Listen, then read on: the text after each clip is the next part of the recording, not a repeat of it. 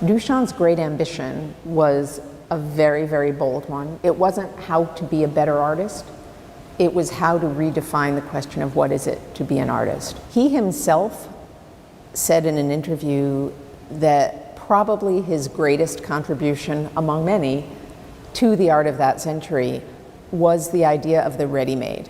A ready-made work of art is something that Duchamp came up with in the teens, 19-teens.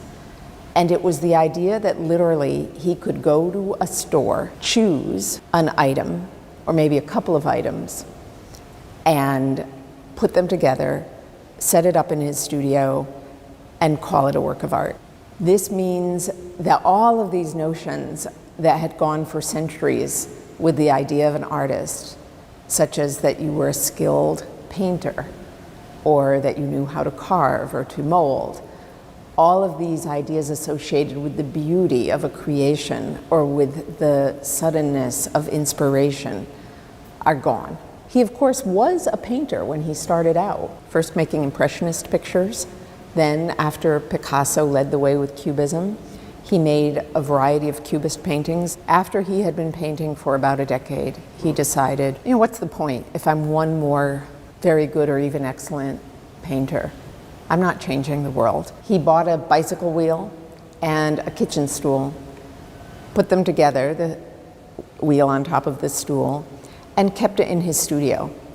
And from time to time, he would rotate the wheel.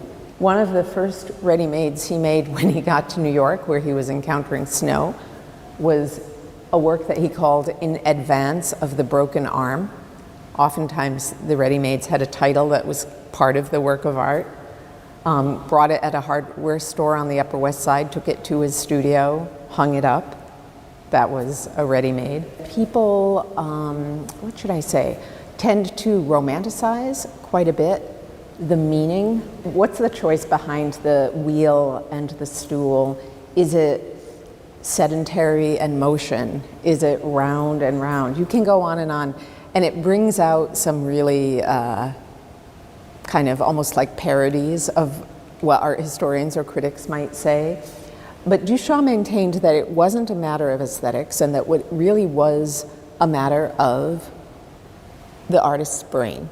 And when he said that this was one of his greatest contributions, if not his greatest, to the art of the century, I think what he was going for was the idea that all of this took away the artist's or the viewer's retina as the most important thing. And Duchamp called painting retinal art.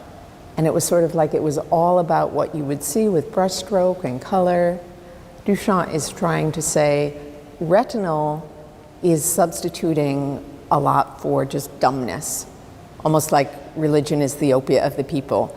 Let's get away from that and let's get some ideas going. The 50s and 60s were a time that he actually made them anew, in part because this is after a couple of decades of relative non-celebrity. His art became of great interest to young artists again. People like Jasper Johns, Robert Rauschenberg became fascinated by the model of an artist who was not just concerned with craft and with the idea of hard work, but who just liked the idea that an idea could be a work of visual art.